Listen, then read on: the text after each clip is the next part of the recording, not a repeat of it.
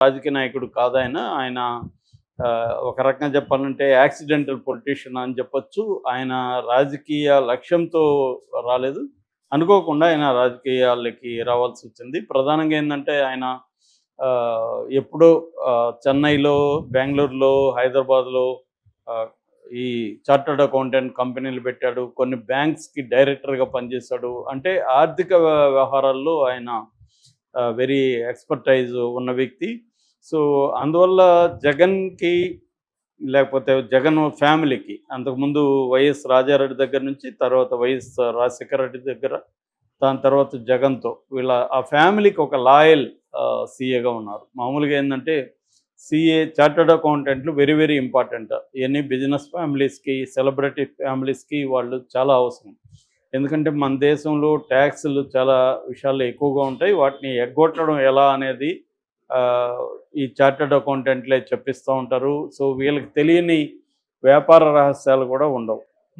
First thing. అలాగే మొత్తం Jagan family వ్యాపార రహస్యాలన్నీ కూడా ఈయనకి తెలుసు. నెంబర్ 1. నెంబర్ 2 ఏందంటే ఈయన రాజకీయాల్లోకి వచ్చిన తర్వాత ఈ అక్రమాస్తుల కేసులో A2గా విజయసాయిరెడ్డి ఉన్నాడు. అంటే జగన్ మీద ఆరోపణలు ఏంటి? వాళ్ళ నాన్న సీఎంగా ఉన్నప్పుడు కొంతమందికి మేలు కలిగే విధంగా ఆయన నిర్ణయాలు తీసుకున్నాడు. ఆ నిర్ణయాల వల్ల మేలు కలిగిన వాళ్ళు రివర్స్‌లో డబ్బులు మామూలుగా అయితే లంచాలు ఇస్తారు కాబట్టి, అలా లంచాలు ఇస్తే ఇబ్బందులని తన కొడుకు వ్యాపారాల్లో పెట్టుబడులు పెట్టమని వైఎస్ఆర్ చెప్పాడు. దాంతో వాళ్ళు జగన్ వ్యాపారాల్లో, నిజానికి ఆ వ్యాపారాలు అంత గొప్పగా లేనప్పటికీ వాళ్ళు డబ్బులు పెట్టుబడి పెట్టారు. సో, దానివల్ల జగన్ వ్యాపారాలు అభివృద్ధి అయినాయి. సో, దీన్నే క్విడ్ ప్రోకో అంటారు. అక్రమ ఆస్తులు అనేది కూడా దీన్ని కేసు ఆయన మీద సిబిఐ అండ్ ఈడీ ఉన్నాయి.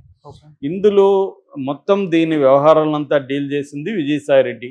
చార్టర్డ్ అకౌంటెంట్ గాను, ఫైనాన్షియల్ అడ్వైజర్ గాను విజయసాయిరెడ్డే మొత్తం వ్యవహారం డీల్ ఎలా పెట్టుబడులు పెట్టాలి, ఎట్లా చూసుకోవాలి, ఇవన్నీ ఈయనే చేశాడు కాబట్టి ఈయనకి A2గా వచ్చింది. అట్లాగే దాంట్లో పెట్టుబడులు పెట్టిన ఇంకొంతమందిని కూడా కేసుల్లో పెట్టారు. అట్లాగే ఇవన్నీ చూసుకున్న కొంతమంది ఐఏఎస్ శ్రీలక్ష్మి లాంటి వాళ్ళని కూడా పెట్టారు. ఈ కేసులో ఫస్ట్ జైలుకి వెళ్ళింది కూడా విజయసాయిరెడ్డి. సో, ఇప్పుడు ఈ కేసు ఇంకా ముందుకెళ్ళలేదు, వెనక్కి వెళ్ళలేదు. డైలీ విచారణ చేయమని సిబిఐ కోర్టుని హైకోర్టు కూడా చెప్పింది. సుప్రీంకోర్టు కూడా ఈ విషయాన్ని హైకోర్టుకి చెప్పింది. సో, దీంట్లోనే మన రఘురామకృష్ణరాజు సుప్రీంకోర్టు వరకు కూడా వెళ్ళాడు. జగన్ బెయిల్ రద్దు చేయించండి, దీని మీద స్పీడ్ విచారణకి ఆదేశించానని. బట్ సుప్రీంకోర్టు అయితే మళ్ళీ దీన్ని హైకోర్టులోనే వేయమనింది. హైకోర్టులో విచారణ ఉంది. సో, ఈ కాంటెక్స్లో ఏంటంటే సడన్గా విజయసాయిరెడ్డి, నిజానికి విజయసాయిరెడ్డి ఒకప్పుడు నెంబర్ 2గా వైసీపీలో ఉన్నాడు. జగన్కి రైట్ హ్యాండ్గా ఉండేవాడు, అత్యంత నమ్మినబంటుగా పనిచేసేవాడు. దాని తర్వాత ఢిల్లీలో ఆయన రాజ్యసభలో ఉంటున్నప్పుడు జగన్కి బీజేపీ ప్రభుత్వానికి మధ్య అనుసంధానకర్తగా, లైజనింగ్ పర్సన్ అంటారు, అనుసంధానకర్తగా పనిచేశాడు. సో, అందుకనే జగన్ పరిపాలించిన 5 ఏళ్ళు కావచ్చు, అంతకుముందు 5 ఏళ్ళు కావచ్చు, ఆ తర్వాత ఇప్పుడు ఈ 9 నెలలు కావచ్చు, బీజేపీ జగన్ జోలికి రాకుండా ఉండడానికి జగన్ తరపున ఈయన గట్టిగా పనిచేయడం, అమిత్ షాతోనూ మోడీతోనూ దగ్గరగా ఉండడం. సో, ఇవన్నీ ఆయన చాలా సమర్థవంతంగా చేసుకుంటూ వచ్చాడు. అయితే సజ్జల యాక్టివ్ అయినాక విజయసాయిరెడ్డికి జగన్కి మధ్య గ్యాప్ వచ్చింది. కొద్ది రోజులు పక్కన పెట్టేశారు. అప్పుడే పుకార్లు కూడా వచ్చాయి. విజయసాయిరెడ్డి బయటకు వచ్చేస్తున్నాడు, తెలుగుదేశంలో చేరుతున్నాడు, బాలకృష్ణతో మాట్లాడాడు, చంద్రబాబుతో మాట్లాడాడు తారకరత్న వ్యవహారంలో. ఇవన్నీ అప్పట్లో సంచలనం సృష్టించాయి. కొద్ది రోజులు ఆయనకి ఏ పదవి లేకుండా పక్కన కూడా పెట్టాడు. మళ్ళీ ఎలక్షన్ ముందు ఆయన యాక్టివేట్ చేసుకున్నారు. ఎందుకంటే ట్రబుల్ షూటర్గా కూడా విజయసాయిరెడ్డి చాలా మందితో ఇబ్బందులు వచ్చినప్పుడు విజయసాయిరెడ్డి డీల్ చేసిన సందర్భాలు ఉన్నాయి. అందుకని మళ్ళీ ఆయన్ని తీసుకొచ్చారు. అయితే ఈ కాంటెక్స్లో ఇప్పుడు సడన్గా విజయసాయిరెడ్డి రాజ్యసభ సభ్యత్వం ఇంకా 3 ఏళ్ళ పైన ఉంటే దాన్ని రిజైన్ చేశాడు. అట్లాగే పార్టీ సభ్యత్వాన్ని రిజైన్ చేస్తున్నాను, ఇక రాజకీయాల్లో నేను ఉండను, వ్యవసాయం చేసుకుంటున్నా అనౌన్స్ చేశాడు. కానీ ఆయన చెప్పిన పద్ధతిలో ఆయన లేడు. రాజకీయాల్లోకి ఇన్వాల్వ్ అవుతున్నాడు, జగన్కి సలహాలు ఇస్తున్నాడు. జగన్ తన మీద వచ్చిన సిఐడి కేసు, కాకినాడ పోర్టుకు సంబంధించి వచ్చిన కేసులో కూడా విక్రాంత్ రెడ్డి ముద్దాయిని మీడియా ముందు అనౌన్స్ చేస్తున్నాడు. అది సిఐడి వాళ్ళకి చెప్తే అర్థమవుతుంది. మీడియా ముందు చేయడం అంటే ఆ మేరకి వైసీపీకి నష్టం. అలాగే లిక్కర్ కుంభకోణం కేసులో కూడా కసిరెడ్డి రాజశేఖర్ రెడ్డి ప్రధాన ముద్దాయి అని ప్రకటించాడు. అదే అసలు ఆయనకి సంబంధం లేదు, అయినా దాన్ని ప్రకటించాడు. దాని తర్వాత జగన్తో కూడా 2 సార్లు ఆయన ఢీకొన్నట్టుగా కనబడుతుంది. ఫస్ట్ జగన్ కొంతమంది భయపడి వెళ్ళిపోయారని ఈయన ఉద్దేశించి ఇండైరెక్ట్‌గా చెప్పినప్పుడు నాకు భయం అనేది తెలియదని రిటార్ట్ ఇచ్చాడు. దాని తర్వాత జగన్కి అడగకుండా ఒక సలహా కూడా ఇచ్చారు. క్వార్టరీని కానీ పెట్టుకుంటే జగన్ కష్టాలు వస్తాయి, క్వార్టరీని తీసేస్తే జగన్ భవిష్యత్తు ఉందని ఒక అడగకుండానే సలహా కూడా పడేశాడు. సో ఈ నేపథ్యంలో మెల్లమెల్లగా ఈ మధ్యలో ఆయన ఏం చేశాడు, షర్మిలాని కలిశాడు.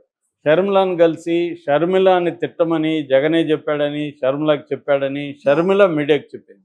సో అంటే అర్థమేమి, ఈ జగన్కి యాంటీగా ఈయన మారుతున్నట్టు కనబడుతుంది. ఒక పక్క బీజేపీకి దగ్గరవుతున్న సిగ్నల్స్ వస్తున్నాయి.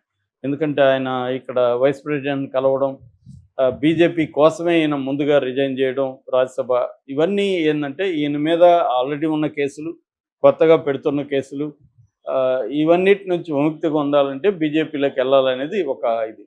సో ఇప్పుడు జగన్కు ఉన్న భయం ఏంటంటే ఈయన్ని తెలుగుదేశం చంద్రబాబును తక్కువ అంచనా వేయలేం, ఎవరైనా ఇలాంటి ఎలిమెంట్ ఉంటే వాళ్ళని క్యాచ్ చేయడంలో చంద్రబాబు చాలా ముందుంటాడు. సో చంద్రబాబు ఫోల్డ్లోకి ఈయన వెళితే ఆల్రెడీ చంద్రబాబు ఫోల్డ్లో షర్మిల ఉంది, ఇప్పుడు విజయసాయిరెడ్డి కూడా వెళ్ళిపోతే చంద్రబాబు ఫోల్డ్లోకి విజయసాయిరెడ్డి అప్రూవర్గా మారితే జగన్కి చాలా కష్టాలు ఉంటాయి. ఎందుకంటే చంద్రబాబు లక్ష్యం జగన్ని రాజకీయ సమాధి చేయాలని. జగన్ని రాజకీయ సమాధి చేస్తే లోకేష్కి ఇంకా ఎవరు కూడా అపోజిషన్ ఉండరు. పవన్ కళ్యాణ్ ఉన్నాడు, పవన్ కళ్యాణ్ పెద్ద ఇబ్బంది కాదు. ఎందుకంటే పవన్ కళ్యాణ్కి జగన్కు ఉన్నట్టుగా 40% ఓట్ షేర్ అయితే ఇప్పటికైతే లేదు, ఇప్పుడు కూడా పెరుగుతుంది అని ఎవరు కూడా నమ్మట్లేదు. తగ్గాలి తప్ప పవన్ కళ్యాణ్కి పెరిగే అవకాశం అయితే లేదు. సో ఈ నేపథ్యంలో ముందు జగన్ని అడ్డుతొలగించుంటే తర్వాత పవన్ కళ్యాణ్ చూడొచ్చు. ఎప్పుడైనా కూడా పెద్ద శత్రువుని ముందు డీల్ చేసుకుంటే చిన్న శత్రువుల్ని తర్వాత డీల్ చేసుకోవచ్చు అనేది యుద్ధవ్యూహం పాతకాలం. అలాగా ఇప్పుడు